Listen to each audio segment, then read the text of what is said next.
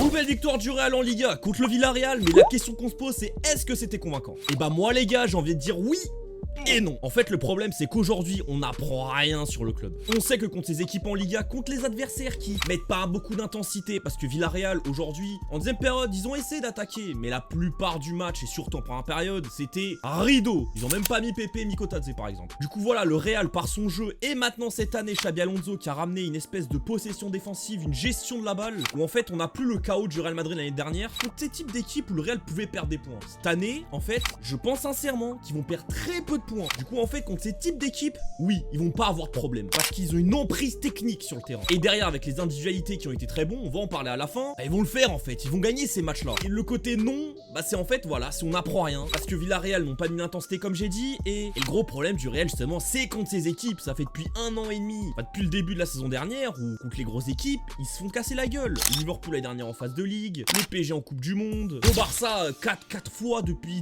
1 an et demi, là l'Atlético Madrid il y a quelques jours, il y a même l'AC Milan l'année dernière et tout. Du coup voilà en fait, je ne peux pas dire que la victoire est encourageante. Par contre c'est une victoire importante. Malgré tout, Villarreal était le 3ème de Liga avant le match de ce soir. Par contre dans les positifs, j'ai envie de souligner quelques joueurs. Vinicius les mecs, il a fait un top match. On a revu du grand Vini. Et pour le coup ça fait très plaisir. Moi personnellement, depuis le début de saison, je pense que c'est son meilleur match. Ça fait très longtemps, je l'avais pas vu aussi bon. Dites-moi si vous pensez à un match de la saison dernière, mais moi j'ai pas là tout de suite. En point positif, j'ai aussi envie de parler de Mastantuono. Je trouve il a été, frère, il a une patte gauche. Que j'aime avec ce mec, il a un côté virtuose pied gauche à la Arda Güler, mais un côté hargneux. Où le mec, il veut marquer, il veut mettre le pied, tu vois. Là où beaucoup de joueurs dans l'équipe, s'ils auraient cette mentalité, je pense que le Real serait dans un bien meilleur état. Et j'ai bien aimé la rentrée de Camavinga et Bellingham. Je trouve ils ont vraiment apporté un... Le match du Real était un peu ennuyant en réalité. Il se passait pas grand chose, notamment au milieu de terrain. Je trouvais Arda Güler pas ouf aujourd'hui. Par contre, Camavinga et Bellingham, ils ont apporté du rythme. Du coup voilà. Par contre, en point négatif, j'ai envie de parler d'Oysen.